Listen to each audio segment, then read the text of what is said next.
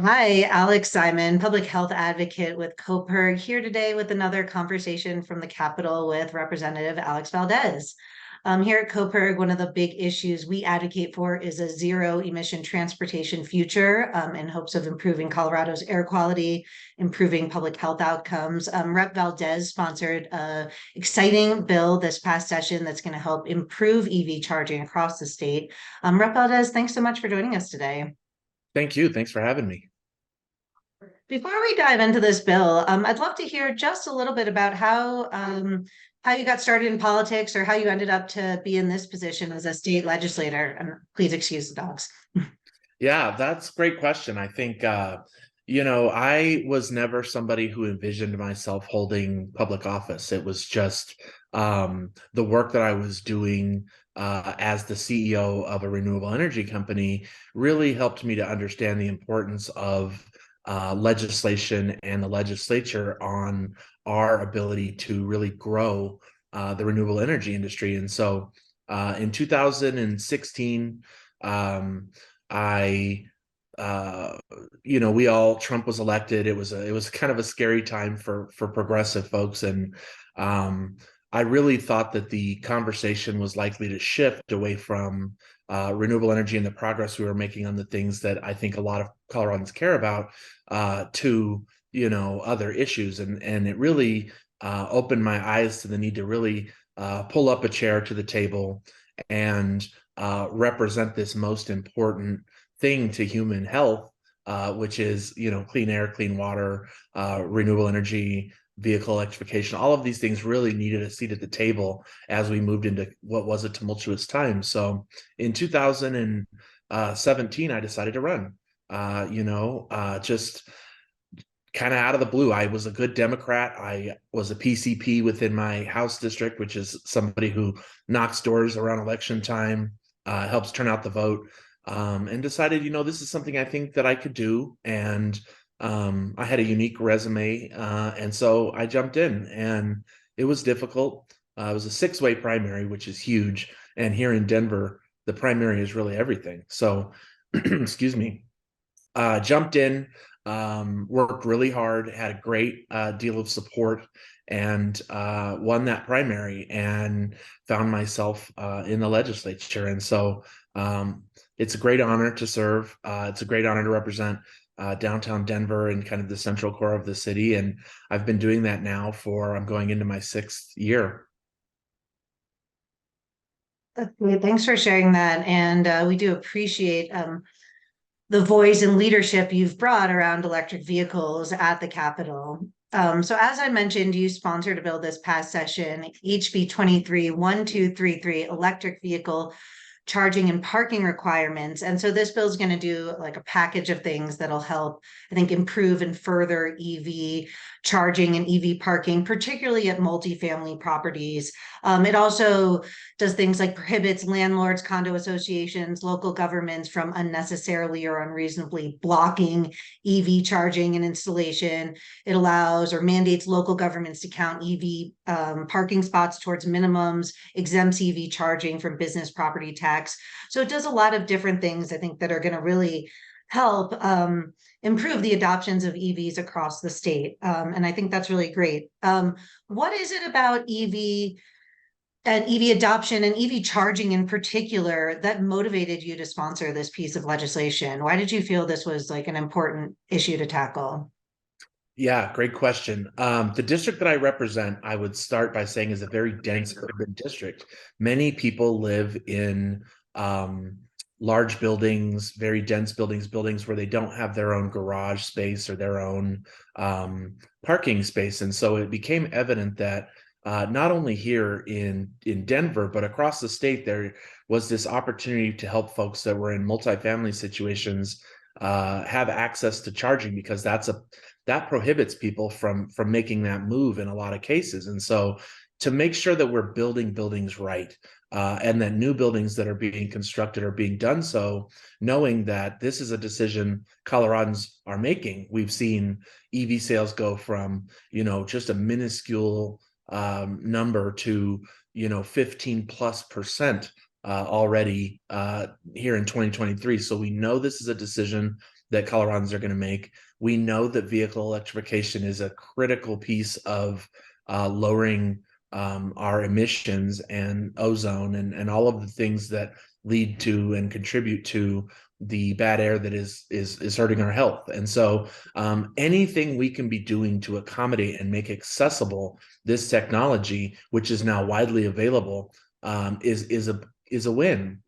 I think the other thing is, you know, Colorado is expensive, and the purchase of a single family home has become further and further out of reach for many people.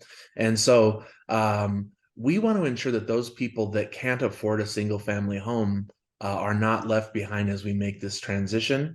And we want to make sure that people in rural communities also have the ability to purchase electric vehicles, knowing that when they go to town for supplies or when they make long drives, which are common for rural folks, that they will have access to charging their vehicle. And I think the last piece of this is economic. EVs are far less expensive to operate. We know their upfront costs are higher, but coming down. But at the end of the day, they just don't require maintenance and they don't take fuel. So there is a piece of this EV revolution that we're going through that will really help people's personal economy. And I think that that's something we shouldn't lose sight of. Yeah, thanks so much for sharing that insight. I think that's a great point. You know, at CoPerg, we pay a lot of attention to the effect of policies and things on consumers. And we do know that, yeah, again, the upfront cost is high, but the cost savings in terms of fuel and maintenance can be significant. And it's great to see bills like this that are going to help expand EV charging and just enable more Coloradans to take advantage of these types of opportunities going ahead. So I know that this bill, I know you sponsored a bill last year around EV charging that ultimately was vetoed by Governor Polis. Can you just share a little bit about how the bill that was passed this year differs from the one that was proposed last year? Yeah, that's a great question. So the truth of the matter is that this bill is far bigger in a sense. Like you said, it includes these provisions about HOAs and landlords not prohibiting electric vehicle charging. There are actually additional elements to this bill as opposed to, I believe it was 1218 back in 2022. I think there was a lot of fear about the timelines around the adoption of this bill, and the governor decided that it was too quick of a timeline. But as we got into the interim and we really started to have more conversations, I think that he understood that every day that we don't have regulations about the construction of new buildings and the apportionment of EV parking and charging, that we are going to fall behind as the car sales really dramatically increase. So I think it was just a matter of timing. But this bill, like you said, really expands upon the premise of just speeding up the adoption of electrical vehicle charging infrastructure. It's a slightly less prescriptive in the numbers area as far as how many EV ready, how many charging stations and that. But it also includes, like you said, these additional components. So I would say this bill is actually a broader attempt in a larger bill than 1218 was. But I think you learn this in the legislature that vetoes are not the worst thing ever. They're not they're an opportunity to really go in and do things again and improve upon it, expand the number of stakeholders that are participating in the creation of that legislation. But at the end of the day, we got a bigger bill passed here. We got our timelines pushed up. I also passed the Green Building Codes bill in 2022, which has EV provisions in it. But it really brings those things together and advances the timeline that builders and designers and developers have to incorporate this sort of technology into their planning, which is really at the core what my goal always has been, is we shouldn't be building new buildings without accommodating new vehicles. And so we got a bigger bill. We're happy. We worked with the governor and the governor's office to create this bill. And I think at the end of the day, we got a bigger win than we would have had with the signature of the original bill. Yeah, I think That's great and really interesting insight as to how, yeah, a veto isn't always necessarily a bad thing. And I remember reading the governor's veto and how supportive he was of the issue in general. So I think it's a cool story to hear about how you came back, in 2023 and was able to include even more things and make it even a stronger bill. It's a great story about organizing and advocacy. So what do you see as, I know, so obviously this has been an important issue for you, and I think it's a really just an important nut to crack in general, multifamily charging, EV charging. Are there policies that weren't included in this bill that you would like to see or next steps you see as like a logical progression in terms of EV policy, EV charging? I think it starts with this bill, but we're going to need to continue to look at retrofitting when buildings undergo major reconstruction. That's an element that I'm really interested in because obviously everyday buildings are being remodeled, being gutted and redone. And I think that this is something we want to incorporate in those areas as well. But I think that the most important thing that we need to do right now um, is not necessarily related to this bill and the construction of new buildings, but how we're going to complete a network with not only our utilities developing charging infrastructure, but our private enterprises as well. I've always, in my vision, seen diners and truck stops and hotels, highway side hotels, being a key charging place as well. And so I think this element of trying to find bill credit equalization so that our system here is complex in that if you have a high speed charger on your property, it's going to knock your entire property's billing rate into the highest tier of energy used during the month, and that's prohibitive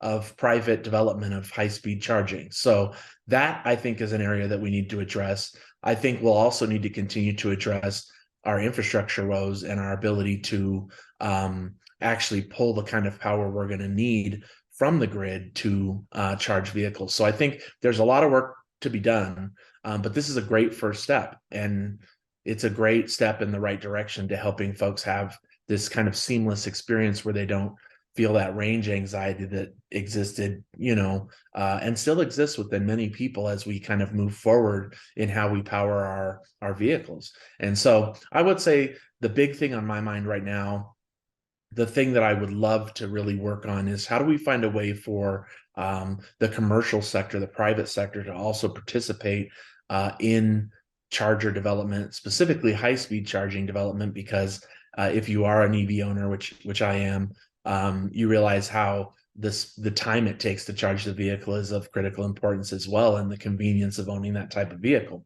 So that's kind of where my mind goes, is how are we going to get commercial enterprise, how are we going to get those roadside diners, even those fast food restaurants that exist on the side of the highway that folks stop at when they're on a road trip. How do we get more access for them to provide this service? It's good for their business, because if you're waiting 30 minutes to charge your vehicle, it's a great time to go inside, have a cup of coffee, maybe a snack, and maybe a meal, or maybe go shopping. So I see this economic advantage of electric vehicles that we haven't tapped into yet, and I think that that's something that's on my mind as I go into this next session. It's all a lot of exciting stuff. And I really appreciate your time joining us today and really your leadership around EV adoption and EV parking. And excited to see what next session brings. Thanks again. Thank you.